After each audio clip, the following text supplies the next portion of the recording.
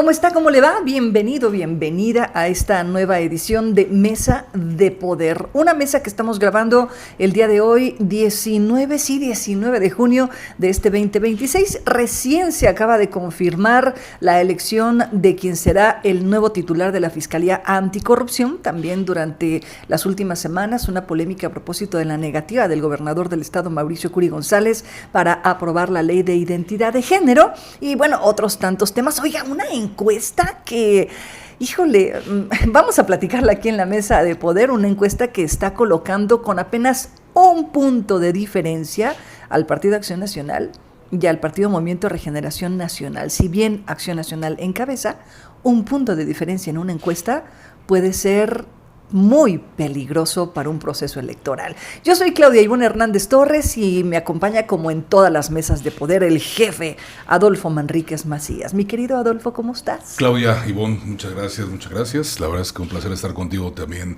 en esta mesa de poder y en los análisis que también seguido me invitas ahí en W Radio. Muchísimas gracias. Gracias, amigo. Y pues bueno, hoy estamos nosotros solitos y yo creo que apenas nos va a alcanzar el tiempo, ¿verdad? Para platicar sobre estos temas que se pusieron en la agenda mediática en estas últimas semanas. Y recién, como le decía, hoy viernes 19 de junio, apenas el día de ayer 18 de junio, que se cumplió el plazo máximo para que el Congreso local eligiera al fiscal anticorrupción. Una terna, mi querido Adolfo, que mandó el gobernador del estado, Mauricio Curi González.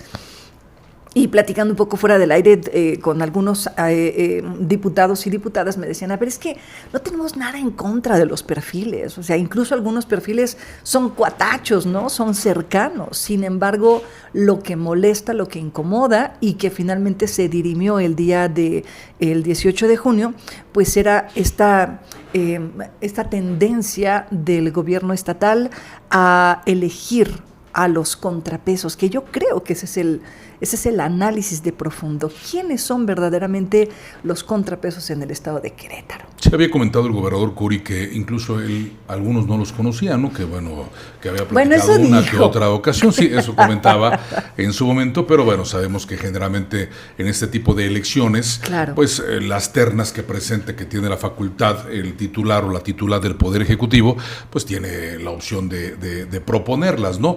Y bueno, obviamente se encamina a la persona que ellos prefieran. Generalmente se ha manejado de esta manera, ¿no, Claudia? Efectivamente. Y fíjate que lo interesante aquí es que en esta terna había sí 3 personas, como lo había propuesto el gobernador, pero era un poquito tramposo, Adolfo, también hay que decirlo. Y me parece que en política y en este tipo de elecciones, en este tipo de acuerdos, que también hay que explicarle a la gente, es un proceso administrativo, jurídico-administrativo, y al igual que sucede, por ejemplo, en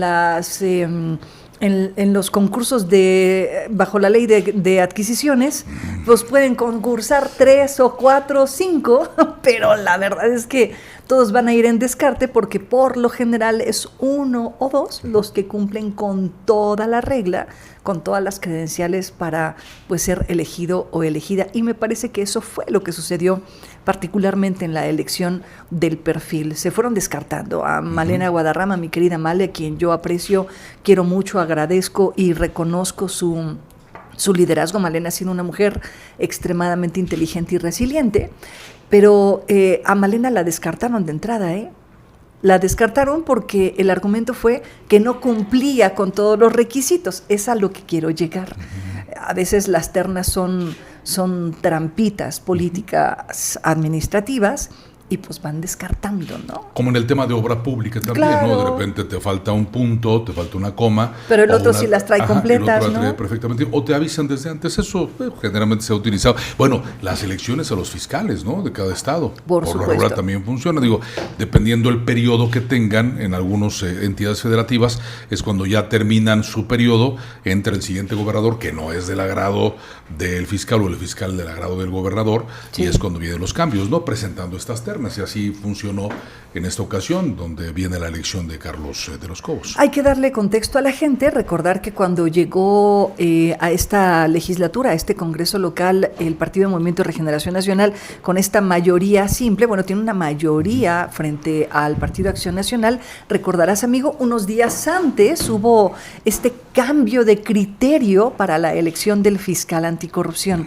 También hubo una dinámica y una polémica por la renuncia de, en aquellos entonces, el fiscal general del estado de Querétaro, Alejandro Echeverría Cornejo, que unos días antes casualmente presenta su renuncia justo para no someterse. Y es que me parece que hay que decir las cosas como son. El análisis se trata justo de eso, amigo, ¿no? De poner sobre la mesa estas suspicacias que se generan alrededor de ciertas decisiones de carácter político.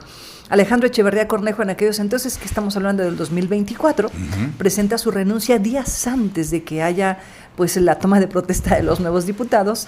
Y pues evidentemente era para blindar la posibilidad de que con la mayoría que Morena estaba teniendo en el Congreso, pues se fuera a atorar la elección de un fiscal general. Y en aquellos entonces también se modifican los criterios por los cuales se elige al fiscal anticorrupción, regresándole o dándole al Ejecutivo la posibilidad de que sea él o ella, me refiero al Ejecutivo estatal, quien decida quién, pues qué terna es entre la cual se debe de elegir al fiscal. Y eso fue lo que pasó.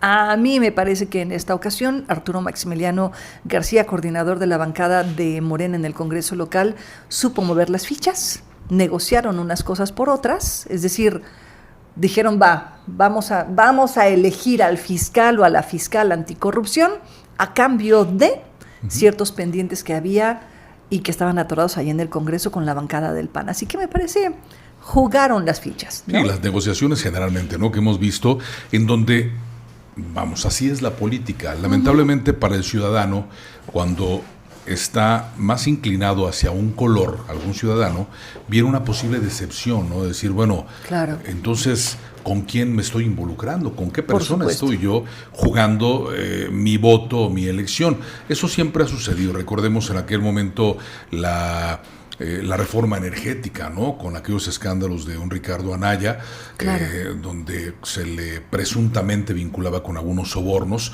hacia algunos otros legisladores, que eso por lo regular sucede, ¿no?, históricamente. Y a mí en el Congreso del Estado de Querétaro, pues me llama mucho la atención también si verdaderamente los guindas son verdaderamente guindas, ¿no?, o traen sus tintes de otro color. Bueno, pues eso me parece que no lo podemos negar a Arturo Maximiliano. Por cierto, una de las figuras que hoy comienza a colocarse fuertemente en Morena, pues tiene un pasado panista y eso no lo niega, ¿no? Finalmente, Arturo creció con el Partido Acción Nacional, pero fíjate que pone sobre la mesa algo interesante, Adolfo. Me parece que también habrá que revisar por qué los perfiles que son buenos perfiles o buenos liderazgos, no han permanecido en sus partidos políticos. Es decir, pareciera que los partidos políticos han hecho todo lo posible para lastimar las susceptibilidades, para herir los principios de quienes forman parte de sus cuadros más fuertes. Estoy hablando de muchos integrantes de Acción Nacional que decidieron salirse de Acción Nacional y buscar pues en otros partidos políticos. Morena, por supuesto, que ha recibido gente de Acción Nacional. Movimiento Ciudadano, que aquí ha sido un tema a debatir entre tú y yo en varias ocasiones, es decir, qué tanto Movimiento Ciudadano está pintadito de azul y qué tanto los azules están pintándose un poquito de naranja a propósito de las conveniencias electorales, ¿eh? Sí, viene el proceso electoral y hay que ver la carrera para la elección, con cuántos votos ya siempre cuenta cada uno de los diferentes partidos. Acción Nacional, que me parece que ha trabajado siempre muy bien en la estructura de saber cuánto voto duro tiene para cada elección, estudia y analiza perfectamente bien estos procesos electorales para saber qué partido es el que pudiera estar más fuerte y con qué otro partido puede llegar a negociar para meter algún candidato que pudiera jalar votos, pero contra el más fuerte adversario en esta política. Claro. Entonces, por ahí es donde siempre lo hemos visto en la selección, lo vimos en todos lados, lo vimos en Coahuila también, ¿no? Claro, o sea, bueno, vaya operación la de Coahuila, ¿eh? Perdiendo el registro Acción Nacional, Acción INC, Nacional, efectivamente. Coahuila, sí, es una señal interesante porque además Coahuila pues es un estado no de los más grandes, pero sí tiene cierta representación, sobre todo en el norte de la República Mexicana. Pero antes de ir con ello, me gustaría como ir cerrando, ir perfilando el cierre de este análisis a propósito de la elección del fiscal anticorrupción, amigo, porque yo creo que sí es importante traer a esta mesa, esta percepción que hay de estabilidad en el estado de Querétaro. O sea, a nivel nacional nos perciben como un estado tranquilo, económicamente pujante, políticamente equilibrado o estable, pero a mí me parece que también es importante comenzar a cuestionar esa estabilidad. ¿A cambio de qué? ¿O con base en qué tenemos esa estabilidad? Lo pongo sobre la mesa porque la elección del fiscal anticorrupción nos da la pauta para revisar quiénes son los personajes que están en las instituciones que tendrían que ser el contrapeso del gobierno estatal. A ver, empezando por el fiscal general del estado de Querétaro. ¿Quién es Jesús Antonio de Jesús Hernández? Sí, claro. Jesús Antonio fue subsecretario de gobierno durante la administración de Francisco Domínguez Servién y fue, digamos, ahijado político de uno de los personajes más importantes al interior del gobierno estatal. No es gratuito que hoy sea el fiscal, que no lo ha hecho del todo mal, es verdad, pero tiene un padrino, ¿no? Tiene un padrino que está vinculado a ejercicios de poder importantes al interior del gobierno del estado. Por empezar con una institución, ¿no? Claro. Seguimos con la Secretaría de la Función Pública. Juan Pablo Rangel, claro, operador económico de la administración de Marcos Aguilar Vega, y que hoy ocupa una de esas posiciones que, por cierto, está, pues, de sus responsabilidades evaluar el desempeño de los funcionarios públicos. Juan Pablo, pues, está vinculado con el Partido Acción Nacional sí o sí. ¿Qué otro, amigo? ¿Qué otro poder que haya contrapeso en el Estado? Oye, y estos vinculados, por ejemplo, con Marcos Aguilar, en este caso, pues uno de los que ya estaba más relegado, ¿no? Está relegado de alguna manera, pero algo tuvo que hacer, pues para que obviamente se le diera la oportunidad de manejar este cargo, ¿no? Esta importante posición. Bueno, Juan Pablo llegó desde hace muchos años. Marcos, pues finalmente, pues tuvo que dejar el Estado. A Marcos no le fue muy bien después de su administración municipal y después de una serie de escándalos en los que lo involucraron o quisieron involucrarlo. Él fue vocero del PAN, me parece, en el Comité Ejecutivo Nacional del Partido Acción Nacional, y hoy un poco, me parece, detrás, creo yo, de la escena política, que eso no significa que no esté haciendo política, también eso hay que revisarlo. Y de otras instituciones de contrapeso, pues ahí está la Defensoría de Derechos Humanos, también, que supuesto. Tampoco, no estoy diciendo que mi querido Javier Rascado, a quien le tengo gran aprecio y respeto, no estoy diciendo que no lo haga bien, lo hace muy bien.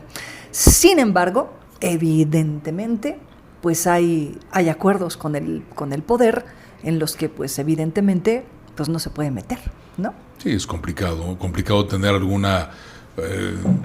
algún choque, ¿no? De alguna manera, donde te encuentras bien ubicado y estás tratando de hacer bien tu trabajo, que también tienen la oportunidad de desarrollarlo, pero bueno, ahí viene el hilo desde donde vienen este tipo de cargos que es muy usual y bueno, Querétaro no es la excepción. Y claro, y traigo todo esto a colación porque no podemos ser ingenuos, Adolfo. O sea, la elección del fiscal anticorrupción tiene un enorme peso político porque esta persona es la encargada, ni más ni menos, de revisar los pendientes en materia de corrupción o no de las administraciones salientes.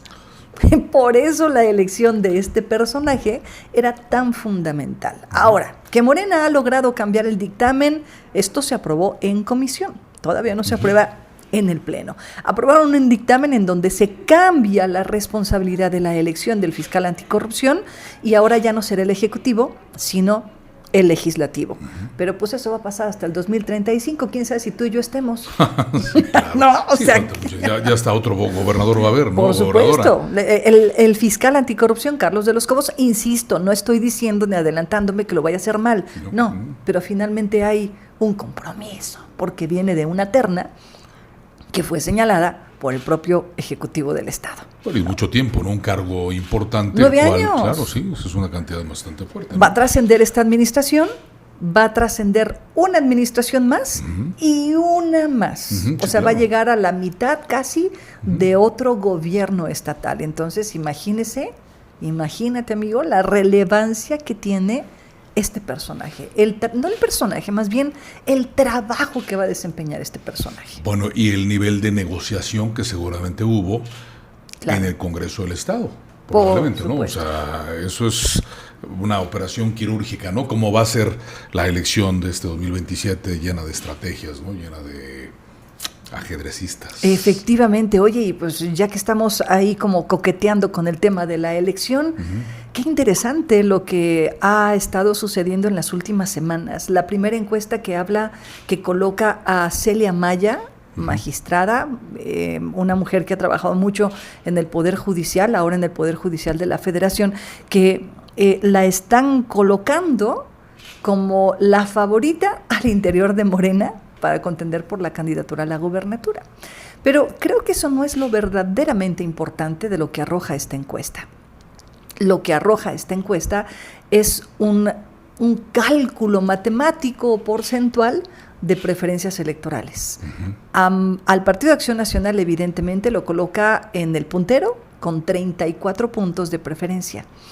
Sin embargo, lo que no estamos viendo es que a Morena, con Celia o sin Celia, lo está colocando con 33 puntos de preferencia electoral rumbo al 2027, amigo. Y eso me parece es de preocuparse, considerando sobre todo que estamos a un año de proceso electoral. Un año exactamente, y es cuando baja o sube el tipo de encuestas con el candidato o la candidata que vaya a ser, ¿no? Acción Nacional seguramente ya tendrá sus números, y el caso de Morena a mí me llama mucho la atención, el que si es Celia, por ejemplo, o el mismo Santiago Nieto, creo que los números serían prácticamente iguales, ¿no?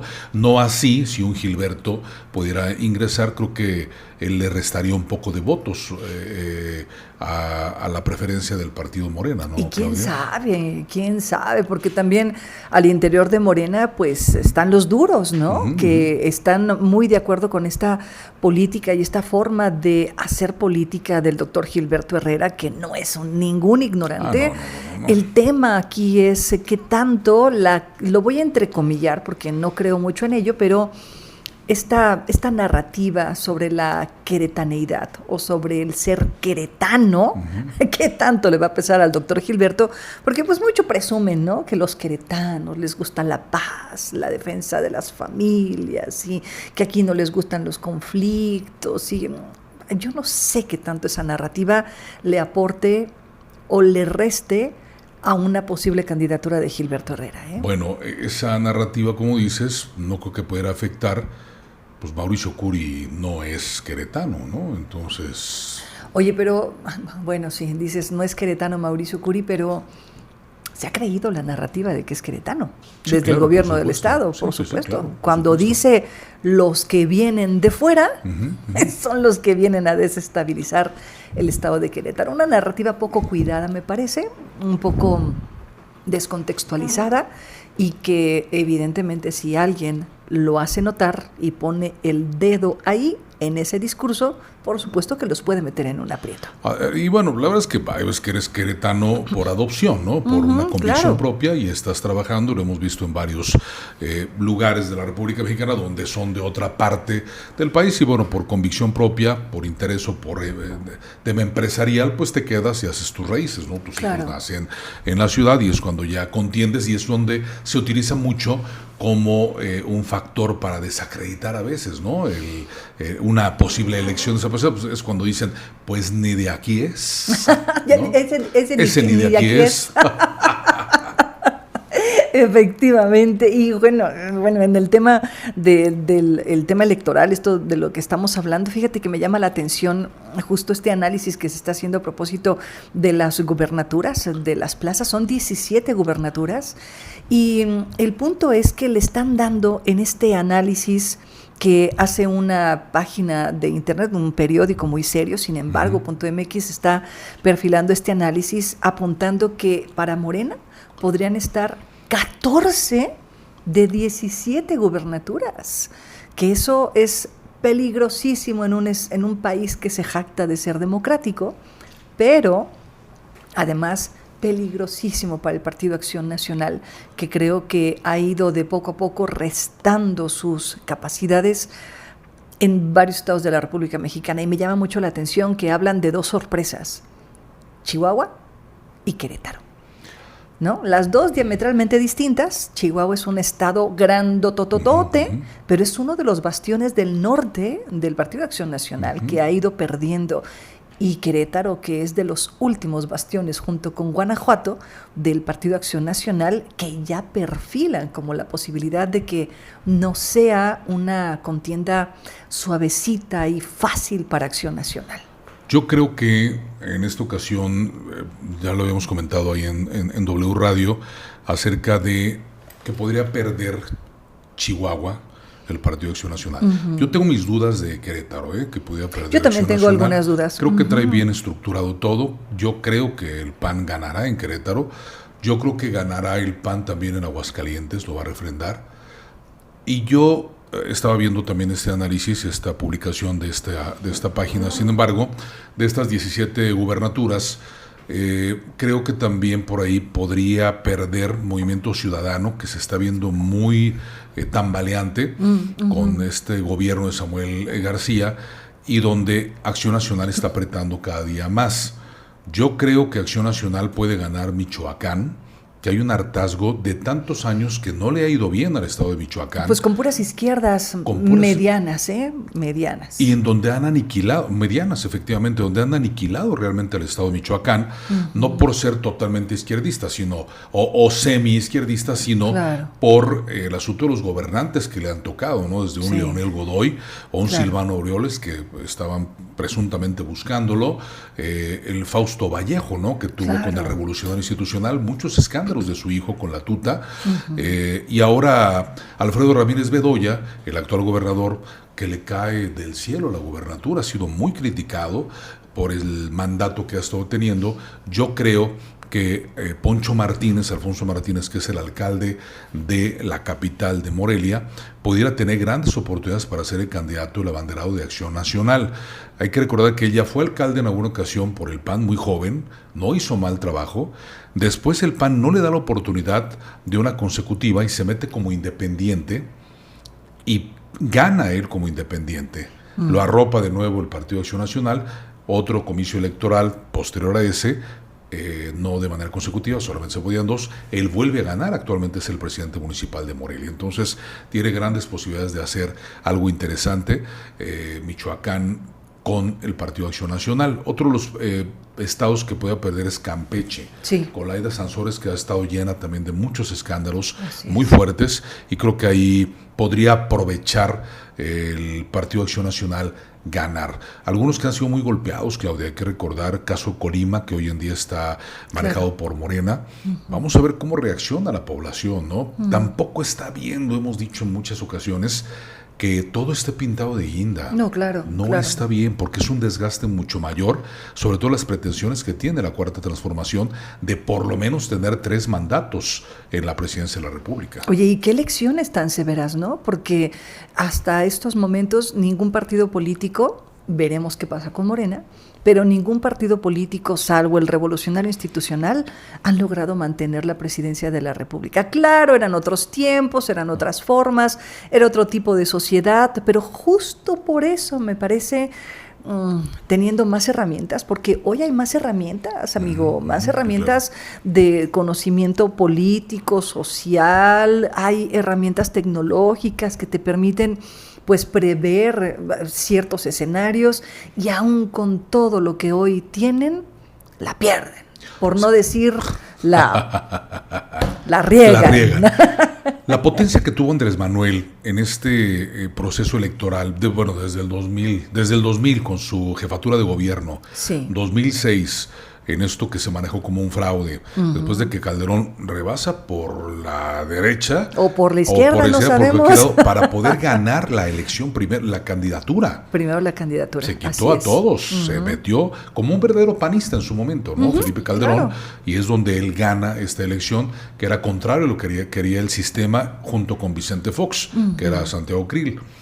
gana esta elección por como quieras, y posteriormente viene nada más este desgaste tan tremendo del Partido Acción Nacional en la presidencia de la República, tal como dices.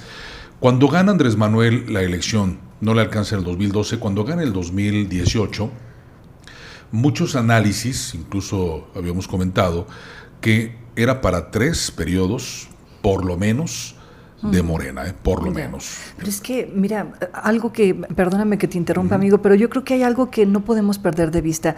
Si bien es cierto, Morena está perdiendo posiciones, está perdiendo la confianza de un sector de la población, y ni tanto, porque los niveles de preferencia de la presidenta se mantienen entre los 70, 73, a lo mucho bajarán 60 y tantos, pero pues ya cuando llegue al 50 nos empezaremos a preocupar, ¿no? Pero yo creo que aparejado a eso está lo que la oposición está haciendo o no. Y yo creo que ahí debe de estar el análisis. No es lo que pierda Morena, sino cómo la oposición está aprovechando o no esas pérdidas. Y yo honestamente no veo una oposición moviéndose, ¿eh? No veo que la oposición esté caminando para capitalizar todo el bagaje que le ha dado en estos momentos el gobierno federal liderado por el partido Guinda para, bueno, pues posicionarse o por lo menos ir perfilando a aquella que pudiera dar batalla en el 2030 cuando el cambio de la presidencia de la República. ¿Quién te gusta? Ahorita estamos, no a mucho tiempo, para el 2030 estamos a 4 años y medio prácticamente de poder llegar a esta elección de 2030. ¿Quién te gusta de Acción Nacional para la presidencia de la República? No, pues nadie. O sea, no veo a nadie, ningún perfil. Los más o menos ubicados, de acuerdo a sus entrevistas que han tenido con medios nacionales, caso Curi, lo acabamos de ver con Francisco Sea, con una entrevista donde él pues está diciendo los logros, ¿no? Cerca de cuántos años se ha mantenido el gobierno del Estado, ahorita encabezado por él, sin observaciones de la Auditoría Superior de la Federación, en materia de seguridad, en materia económica, las inversiones. Sí lo decía el gobernador Curi, decía, no es cosa mía, o sea, es un trabajo que se ha desarrollado desde hace mucho tiempo para que Querétaro se fortaleciera con inversiones poderosas, ¿no? Inversiones como Amazon, o sea, las empresas muy poderosas que han llegado a Querétaro. Ojalá que le estén brindando cosas importantes a la población, que lo que se pelea pues son los sueldos, ¿no? Y además las empresas satélite, que son las que empiezan a brindarle mejor servicio a la población o mayores oportunidades para poder tener un ingreso mejor. Pero me parece muy interesante ver el análisis de quiénes son. La presidenta de la República no ha tenido diferencias tan fuertes con Mauricio Curi. Con Mauricio no, para nada. Me parece bien, es un caballero, se ha portado bien con ella también.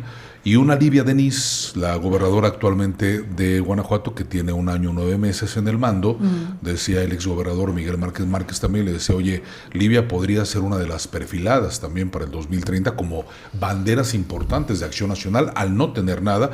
Una mujer inteligente, una mujer que tampoco es de choque, pero que está haciendo su trabajo creo que bien, y la población no la está viendo mal por esa buena sinergia que ha estado teniendo con la presidenta de la República. Tere Jiménez, que la gobernadora actualmente de Aguascalientes, que hizo un trabajo discreto, no ha tenido escándalos, y ella también podría ser de las que se pudiera meter en este bodoque o mini bodoque de candidatos o candidatas para la elección del 2030 por parte del Partido Acción Nacional. Pero Jorge Romero. Jorge Romero, la verdad es que ni siquiera los panistas están completos. Vamos, no tiene a todos los panistas de su lado, ¿no? Y yo creo que sería una grave equivocación si en estos momentos a ese perfil que creo que todavía le falta pues consensar al interior, si lo nombraran, pero amigo, fuera de ahí, pues no hay. ¿Quién? No hay. ¿No? Y perfiles de Morena contrario a, pues la verdad es que tiene un abanico interesante. Que pues de entrada, Omar García Harfuch. El Batman. De Región México. Que trae un perfil que no es político. Creo que es la idea hoy en día de la Cuarta Transformación tras un muy marcado hartazgo de la población desde hace tantos años del Partido Acción Nacional, del Partido Revolucionario Institucional, que fue mucho mayor, y hay un hartazgo o de los políticos del mismo Morena que puedan tener el perfil del clásico político, ¿no? Entonces ahora con Omar García Harfuch, que hay que decirlo que también trae un toquecito de mártir o víctima tras aquel atentado que tuvo, que finalmente salió ileso, bien salió librado, sin la complicación, pero creo que por ahí está manejando en el tema del físico también, pues como el perfil que utilizaron con Enrique Peña Nieto, ¿no? Por supuesto, pero también está un Marcelo Ebrard, que no lo ha hecho nada mal, al menos en la responsabilidad que en estos momentos tiene, toda proporción guardada, por supuesto. Habrá quienes digan, no, como Marcelo. La edad a lo mejor, ¿no? También porque que no es un factor, digo, cualquier persona. Bueno, Andrés Manuel, ¿a los cuántos años llegó? Pero Marcelo Ebrard, sí, Marcelo Ebrard hoy en día, ¿cuántos años tiene hoy en día?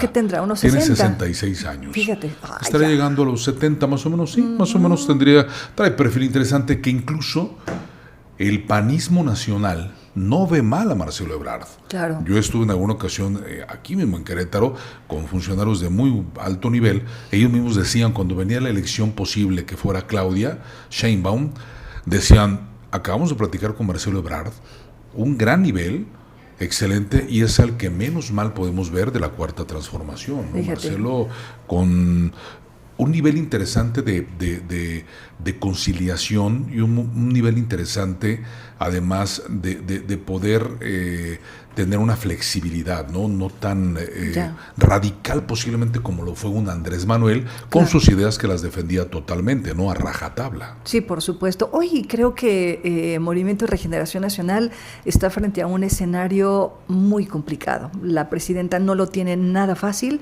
Está el caso Chihuahua, están las presiones del presidente de la República, recién este escándalo de esta presidenta de Tenancingo. Sí, también. Oye, que de Partido Movimiento de Regeneración Nacional, que se autosecuestró para tapar un desfalco de 40 millones de pesos en las arcas municipales. Viernes 19 de junio, ya el Comité Ejecutivo Nacional está lanzando un comunicado en donde advierten que le van a retirar los derechos de partido y pues bueno, seguramente la van a expulsar del Movimiento de Regeneración Nacional. O sea, a lo que quiero llegar es que Morena tiene en estos momentos un escenario sumamente complejo, sumamente complicado, a razón de lo que sus propios representantes en otras partes de la República Mexicana han ocasionado, y a razón de esta, pues también hay que reconocerlo, esta campaña de narrativas que se ha ganado Morena a pulso, no solamente en redes sociales, en medios de comunicación nacionales y locales, y pues bueno, esta percepción que me acaba de caer el 20, que de poco a poco se va como sembrando esta semillita, Adolfo, de inestabilidad en contra de Morena. No es necesariamente que esté sucediendo, pero las narrativas así funcionan. Sí, claro. Tú colocas, es como los chismes, ¿no? Uh-huh. Tú colocas un chisme y quieres que ese chisme llegue a cierta persona y ya sabes a quién elegir para que ese chisme le llegue a esa persona, ¿no? Y en la política así están funcionando las cosas en estos momentos. Yo creo que sí, tiene un desgaste, pero Claudia Sheinbaum tiene una inteligencia muy grande, claro. O sea, una gran estratega, y verdad. Está separando todo lo que sabe que le está haciendo daño o que le hizo daño en sus primeros 6 años del gobierno de Andrés Manuel. Hoy en día ella diciendo, a ver, aquí mando yo, gobierno y mando, creo que está gobernando y mandando, hoy en día la presidenta de la República, y esto le da la facultad para poder deslindarse de cualquier tipo de actor político como un Fernández Noroña, ¿no? O como un Adán Augusto, ¿no? Que te alcanza a afectar de una manera tremenda. Los movimientos que hizo con Luisa María Alcalde, que a mí me parece un perfil interesante también en caso de que pudiera contender como mujer. La verdad es que me parece un perfil muy interesante, con mucha preparación y que viene desde muy abajo, ¿no? Sí. Con una habilidad y una inteligencia buena. Ahí hubo cosas extra, las cuales provocaron que la cambiaran de esa posición tan importante, porque ella estaba llegando a todas las entidades federativas a señalar las cosas que estaban mal. y la Presidenta de la República no se confrontaba con los titulares y las titulares del Poder Ejecutivo en cualquier entidad. Entonces me pareció una buena estrategia que estaba utilizando. Algo sucedió ahí que ya no le gustó a la doctora Claudia Sheinbaum, y al momento de quitarla y olvidarse hasta de su nombre, ¿no?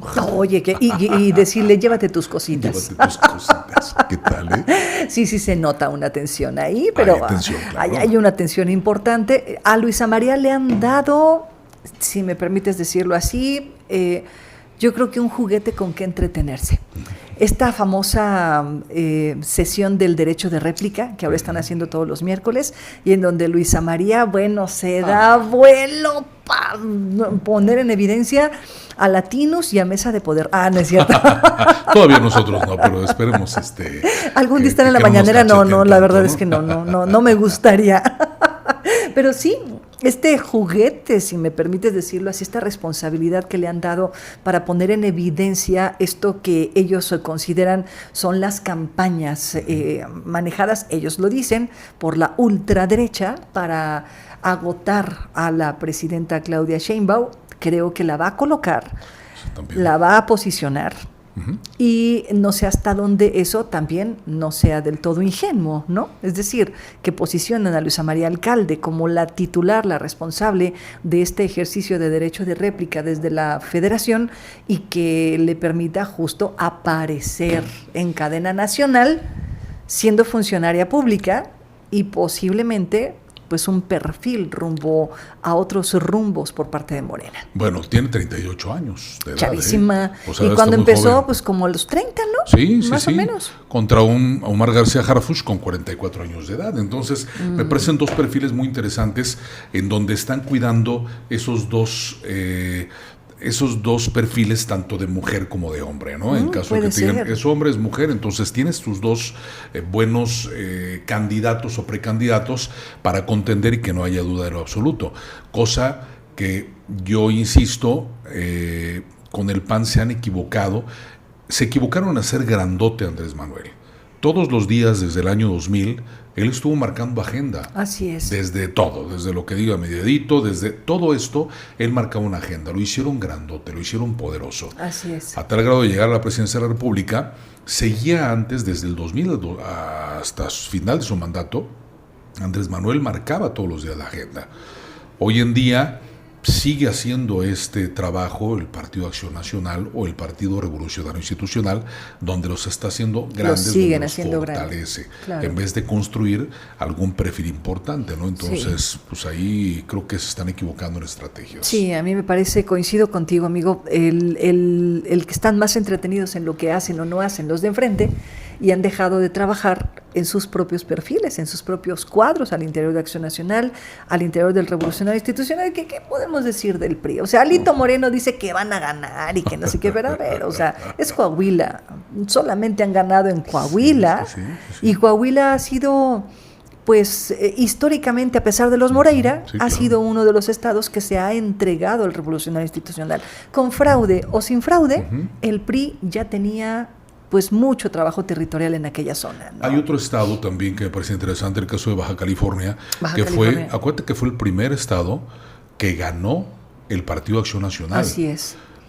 Vamos a ver cómo viene esta elección. Hoy en día está manejado por Morena, entonces sí, creo yo que también ha tenido una inestabilidad en estos años, y que posiblemente en esta elección del 2027 pudiera tener alguna complicación para retener el partido Guinda, ¿no? Claro, oye, y hablando de elecciones, en Querétaro la designación de Rogelio Vega Vázquez Mellado como operador político del Partido Acción Nacional rumbo al proceso electoral del 2027, que a mí me parece va a retrasar un poco los anuncios que había prometido Martín Arango, dirigente estatal del PAN, para estos meses, ¿te acuerdas? Habían dicho inicialmente que en marzo, luego que en abril, ahora que hasta septiembre, agosto, septiembre, el candidato o la candidata o el cuidador o cuidadora de Querétaro, que básicamente sería aquella que estaría encargada de construir la estructura y la ruta rumbo al proceso electoral del 2027. Pero la llegada de Rogelio es una pieza clave para las decisiones al interior del partido. Sí, digo, ha sido el mayor compañero del gobernador Curi, el que mueve los hilos prácticamente. Sí. Digo, al final el que seguramente manda pues es el gobernador, pero Rogelio trae una buena estrategia. Obviamente van a operar esta elección. Claro. Pero una operación mega quirúrgica en donde van a definir exactamente ya quién va a ser la persona que pueda ser el abanderado del Partido Acción Nacional o la abanderada, ¿no? Que yo creo que va a ser hombre, el candidato, y está preparando todo prácticamente para poder tener esta elección pues ya lo más pronto posible, ya bien aceitada. Yo creo que se están esperando a ver quién saca Morena.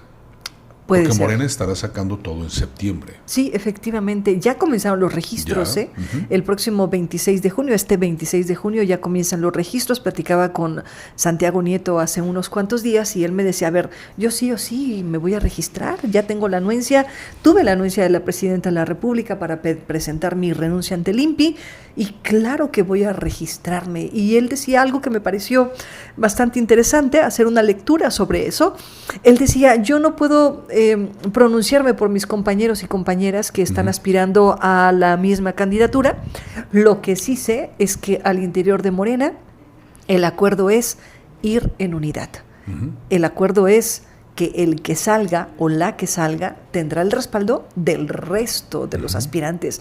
Y eso me parece una lectura interesante porque si Morena logra llegar al 2027 o al menos a la definición de su candidato o candidata en estos momentos, que obvio tenemos que hablar del candidato o candidata a la gubernatura porque es la joya de la corona, amigo. Sí, claro, ¿no? sí. Es la joya de la corona, pero si logran hacerlo en unidad, aguas, porque si bien todos los partidos tienen fracturas, grupos y grupúsculos, lo que está haciendo Morena es trabajar al interior para evitarse mediáticamente o públicamente que se noten esas fracturas, y la unidad les va a permitir ganar posiciones importantes, creo yo. Y bueno, tras lo que dices, lo que comentas acerca de la convocatoria que ya salió para que puedas tú inscribirte o participar en este proceso electoral, es cuando viene la desbandada, ¿no? Todo mundo saliéndose de sus cargos, pidiendo las licencias para poder obviamente contender de acuerdo a los tiempos como te los está indicando la autoridad o la ley o los estatutos de cualquier partido político, ¿no? Sí, ya hay varios que ya renunciaron, bueno, pidieron licencia. Hay que recordarle a la gente que los cargos de elección popular no se renuncian, se pide licencia, y ya Luis Humberto, por ejemplo, ya pidió licencia. Habrá que ver aquí en el Congreso local quiénes estarían pidiendo licencia para sumarse a este registro. ¿A ti te parece que está bien? O sea, que pidan licencia a su cargo o que renuncien a sus cargos. Pues es que siempre ha sido así, ¿no? A mí no me parece bien, O sea, me parece algo con una incongruencia porque estás peleando y luchando por un cargo y ya estás pensando desde el principio en una nueva elección, ¿no? O sea, la siguiente elección para poder permanecer en algún cargo. Hay que recordar que todos estos legisladores y legisladoras todavía tienen, en el caso del Congreso, oportunidad para una consecutiva, sí, de nuevo, es. que es la última, la reelección. Tuvieron oportunidad 4, algunos de ellos, habíamos hablado en tu programa de algunos. de algunos de ellos, pero hoy en día, bueno, vamos a ver qué tipo de cargo querrán tener o a qué acuerdos llegaron con esta También. elección del fiscal, lo que estabas comentando hace rato, Claudia, para poder repartirse estas posiciones en esta elección de 2027. Vienen muchas alcaldías, son 18 municipios del estado, entonces, además de la legislatura o la legislatura federal, que también tendrán oportunidad varios de ellos de hacer un enroque para ver qué es lo que más te conviene, ¿no? Entonces, construir algo importante, algunos políticos dicen que lo mejor es estar en lo federal. Claro, por supuesto. Para construir mejores cosas hacia arriba. Bueno, pues dicen ellos que para construir mejores cosas, aunque déjenme decirles que en lo federal ganan menos, ¿no? Sí, dependiendo, sí, no. dependiendo de qué cargo tengan, ¿Cuánto ¿no? gana? Pregunté un día de manera vía WhatsApp a alguien del Congreso del Estado aquí en Querétaro cuánto ganaba. No lo hice a través de transparencia o con los canales que deben de hacer. Por supuesto que no me hicieron caso.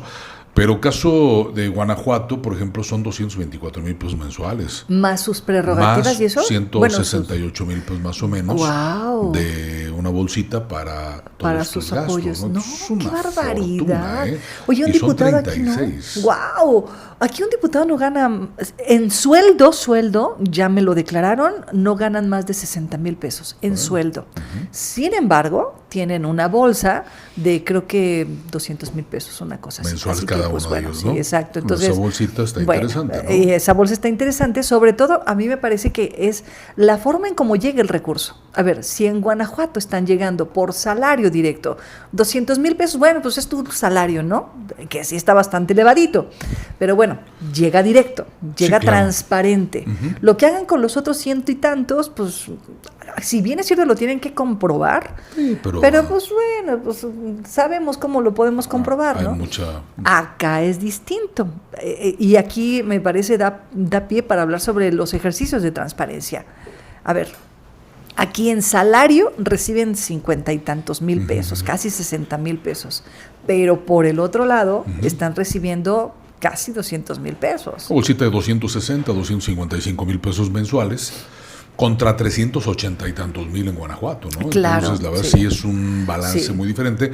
Habrá que ver cómo están las diferentes entidades federativas en cuanto a los sueldos se refiere, ¿no? Con este tipo. Y aparte, pues vienen los teléfonos celulares, gasolinas, la unidad que te dan un automóvil, en fin, son varias cosas. Yo creo que no está bien el que hagan ese tipo de cambios, ese tipo de pedir licencia, pero bueno, pues querrán obviamente tener una participación de nueva cuenta para el siguiente proceso electoral. También es válido, pero bueno, pues creo que el pueblo a veces no lo ve bien, ¿no? Sí, claro, por supuesto. No a todos nos acomoda que efectivamente vayan brincando de un cargo a otro, que no terminen una responsabilidad, pero a mí me parece que hoy la sociedad se está construyendo de manera mucho más consciente. Bueno, yo quiero creer eso, Yo quiero creer que hoy los electores hemos cambiado nuestra manera de elegir a nuestros gobernantes, que esta ola de ciudadanos más jóvenes que nosotros están viendo la política desde otro lugar, con otras expectativas y con otras esperanzas, podemos decir, ¿no? Y entonces, en función de eso, pues elegir de manera diferente a quién nos están representando, porque sí o sí, me parece, estamos llevando a este país a una consecución de eventos desafortunados que nos van a colocar, si no paramos, si no frenamos, en una condición de crisis social y económica de la que creo que nos va a costar mucho trabajo salir. Ya salimos de otras tantas, sí, claro, ¿no? Por supuesto. Pero creo que hoy ya no estamos para eso, ¿no? O sea, yo creo que hoy México se merece ¿no? otro tipo de cosas, sí, oye, o sea, es que de verdad este país parece un chiste en algunas ocasiones. Como recién, no sé si viste las declaraciones del presidente municipal de El Naranjo allí en San Luis Potosí, que estaba convocando justo este fin de semana, 21 de junio, se conmemora el Día del Papá, ¿no? Okay, sí. Entonces el presidente municipal de El Naranjo, un municipio que pertenece a la Sierra de San Luis Potosí, pegado a la Huasteca, que eso no lo justifica, pero él decía, en la fiesta de los papás, pues vénganse, tráiganse sus bebidas, tráiganse su hielera, va a haber fiesta, va a haber diversión, va a haber actividades, y vamos a invitar a unas chicas buena onda para que pongan ambiente en la noche. Así las declaraciones del presidente del Naranjo. Sabemos que lo hay. Sabemos que lo hay. No lo declaras. Pero no lo digas, ¿no? O sea, a ver, por eso digo que este país a veces parece un chiste mal contado. Pues lo que pasa es que con todo lo que nos han hecho, históricamente yo lo he comentado, por menos de el 10% de lo que nos ha pasado históricamente en nuestro país. Menos del 10%. En otro lado los corren a los gobernantes, claro, por supuesto. Los sacan de manera educada o de manera muy agresiva, que es lo que no se debe hacer. A ver, sabes que no funcionas, esto no está bien, te vas de este cargo que es de elección popular, donde eres meramente administrador de los recursos, en el caso únicamente pues de los presidentes municipales, presidentas municipales o gobernadores o presidentes de la República.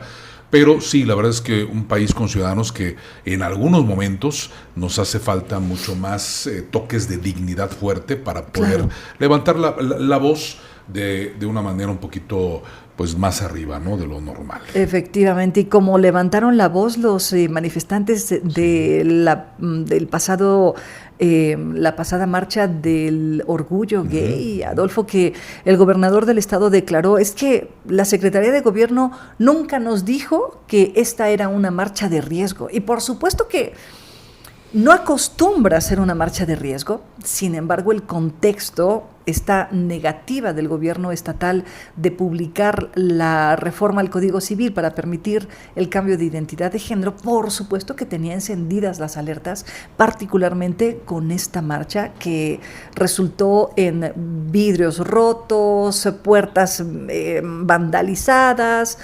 ventanas destruidas, paredes rayoneadas, y una muy, muy mala comunicación de parte del equipo del gobernador del estado.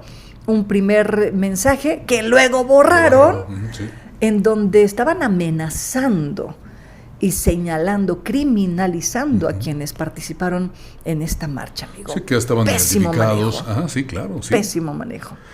Lo que sí está incorrecto, bueno, el gobernador decía, está bien que se manifiesten, pues está bien, como debe de ser, con orden. Hay desmanes en varios momentos, por ejemplo, con lo del 8M. Claro. Eso hay desmanes que está 8M, reprobable. 25 de noviembre también. Es reprobable, la verdad, ese tipo de cosas, este tipo de actitudes. El día de esta marcha que estás comentando y que el gobernador manifiesta acerca de, bueno, el que destruyan cosas, eso sí no está bien. Y aquí viene un tema, auditorio y Claudia, acerca de la ley, cómo es tan suave, ¿no? Deberían siempre, cualquier tipo de disturbio que haga alguna persona, detectar quién es y realmente aplicarle un castigo. No está bien. Manifiéstate, sí. Y que no seas provocado también por parte de la autoridad, ¿no? O sea, pero sí debes de... el destruir no está bien. Manifestarte sí, claro. Gritar y con tambores y con pancartas, con lo que tú quieras, sin obstruir a veces también el tráfico, eso porque se desquicia la población también con ese tipo de bloqueos, pero creo que también, yo a lo que sí estoy reprobando es... obviamente la destrucción de algo no me parece bien, ¿eh? Sí, bueno, yo creo que es un tema muy delicado porque finalmente la destrucción de espacios públicos, de infraestructura, creo que responde al mismo hartazgo de la gente. Quien sale a manifestarse es porque ya se cansó de hacer otras cosas, ¿no? Hay manifestaciones, sí, mucho más pacíficas. Ahí están las manifestaciones de los familiares de personas que se encuentran en calidad de desaparecidos o no localizados, que efectivamente salen a pronunciarse y no hay desmanes en ese tipo de manifestaciones. Pero hay otras manifestaciones que se hacen a propósito del hartazgo en el que la gente está sumida. Temas de agua, como sucedió en La Versolilla, en donde desafortunadamente hubo un caos vehicular que la administración estatal dejó crecer, la propia Guardia Nacional dejó crecer, el gobierno federal dejó crecer de manera exponencial, empresas que pararon sus líneas de producción porque la gente no podía llegar. O sea, eso seguramente lo recordarás, amigo, 24 horas blindada la ciudad porque no se podía ni entrar ni salir. Pero yo creo que hay que mirarlo con mucha responsabilidad. Es decir, aquellos que se manifiestan lo hacen porque están cansados, porque están hartos. Y en la lucha feminista siempre hemos dicho que es más fácil limpiar una pared, reparar una escultura, que regresarle la vida a una mujer que ha sido asesinada, o regresarle la dignidad, la fuerza para vivir a una mujer que ha sido violentada sexualmente. En el caso de la manifestación el día de esta marcha del orgullo LGBTQI+, el propio comité organizador se deslindó de los desmanes, dijo, a ver, nadie de nuestro grupo fue, y puede ser, porque tampoco seamos ingenuos, al interior de las marchas también hay estos bloques negros, estos bloques que buscan desestabilizar, que buscan reventar las manifestaciones y deslegitimarlas. Y no seamos inocentes, esos también están operados por los gobiernos. Yo también creo que no está este tipo de marchas, este tipo de manifestaciones con un fin, realmente no es una destrucción. O sea, vienen un infiltrados. No buscarían eso, ¿no? Lamentablemente, ¿para qué ha servido estas marchas? No se han resuelto estos problemas. Claro. El tema de la violencia contra la mujer es algo que no se ha resuelto, lamentablemente. O sea, la ley ha sido muy suave, muy floja para poder resolver ese gran problema que existe y que lamentablemente, como se ven las cosas, seguirá existiendo, que no debe de ser, Claudia. Claro, y ahí este atorón de la ley de identidad de género, que el gobernador del estado ha dicho no vamos a publicar, al menos no como venía en el Congreso, de nueva cuenta, este ejercicio de fichitas de ajedrez, de ir cediendo, ir reacomodando los escenarios para permitir que esta ley de identidad de género pase en una segunda vuelta. El problema es que ahora necesitarán mayoría calificada para poder sacar adelante esta iniciativa que tiene 10 años esperando pues ser aprobada en el Congreso. ¿Estaremos o no de acuerdo con ello? Pero se trata de un tema de derechos humanos, simple y sencillamente, de reconocer y, sobre todo, defender los derechos humanos de aquellas que han sido ignorados, ignoradas, incluso por la propia autoridad. Y ahí sí, amigo, me parece que sí o sí tendría que hacer un revire en la visión que el gobierno estatal y el Partido Acción Nacional tiene respecto del tema de la identidad de género, porque aquí sí yo lo he dicho al aire y lo vuelvo a decir, la narrativa que el gobierno estatal y el Partido Acción Nacional han manejado es una narrativa que se enmarca en una estrategia terrible, que es una estrategia que utilizó Joseph Goebbels durante la Segunda Guerra Mundial, cuando Adolfo Hitler estaba conquistando el mundo como lo estaba haciendo. Y la teoría comunicativa dice, una mentira dicha muchas veces se convierte en verdad. Y justo esa es la narrativa que ha utilizado el Partido Acción Nacional y el Ejecutivo Estatal al decir que la ley atentaba contra la identidad o contra el derecho de los menores de edad, que los ponía para que un menor de edad eligiera cambiar de identidad. Y eso no estaba en la ley. Y ahí comienza esta discusión a propósito de qué comunicas, cómo lo comunicas y para qué lo comunicas. Independientemente de que estemos o no de acuerdo. Yo insisto, cuando un gobernante, cuando un partido político, cuando una estructura de gobierno utiliza la mentira para justificar un acto, creo que estamos frente a un acto terrible de incluso atentado contra los derechos de las personas de estar informados y de tener justo eso, es un derecho humano, el derecho a la información, y no a través de justo las mentiras y las narrativas confusas que se han manejado desafortunadamente en los últimos meses.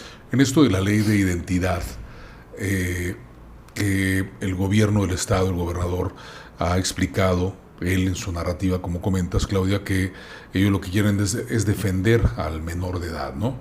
¿Qué tipo, qué edad de menor de edad estás hablando?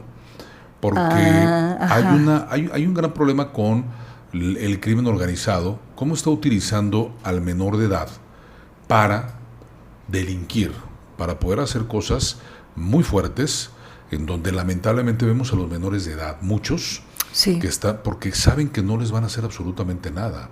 Claro, claro. Recordemos hace muchos años un tal Ponchis, ¿te acuerdas? De 13 años. No, que era el ejecutor, asesinó personas, o sea, ¿no? Muchísimas personas. Claro.